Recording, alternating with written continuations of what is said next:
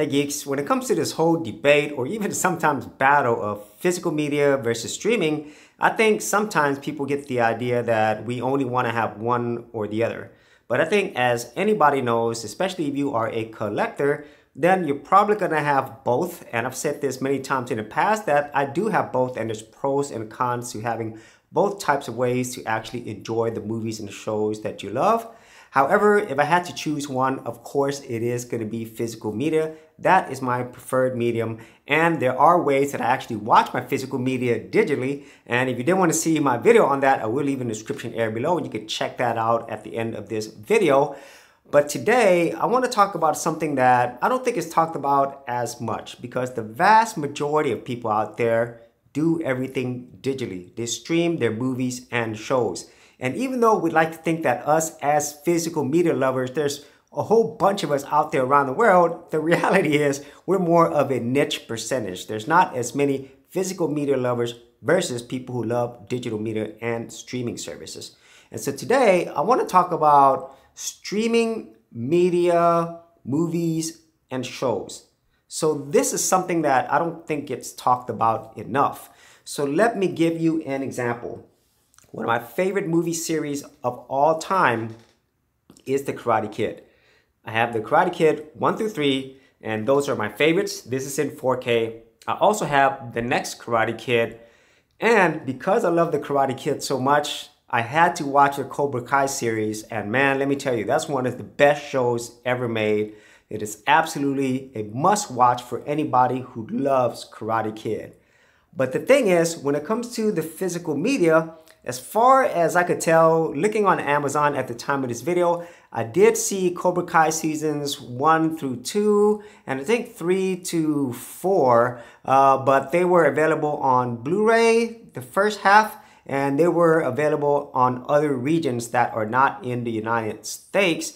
And also, I think Cobra Kai season 4, and I don't remember seeing 5 was on DVD only, at least for now.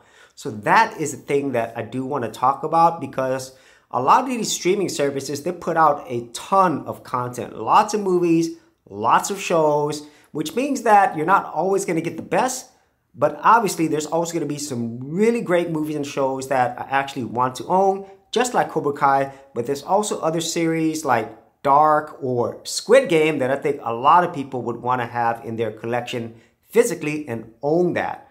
And this is where we get into this whole world of these streaming services.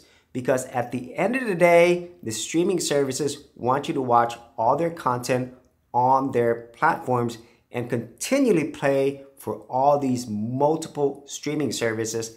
And that, I think, is a danger to anybody who loves watching movies and shows. And I also think it's basically kind of slap in the face for all the creators. There are so many people involved in this process, and those same people produce a lot of these big movies and shows that we enjoy for so many years.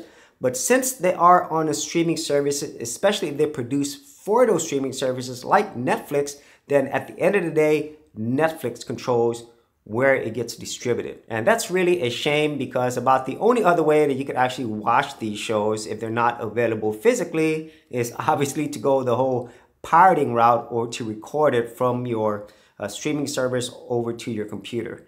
And that is really unfortunate, because I think there's so many great shows and movies on these streaming services that really deserve to have a physical media release. And so if you actually had any thoughts on this, be sure to leave in the comments area below. And if you want to see how I watch my physical movies digitally, I do have an episode on that, and I'll leave that in the description area below as well.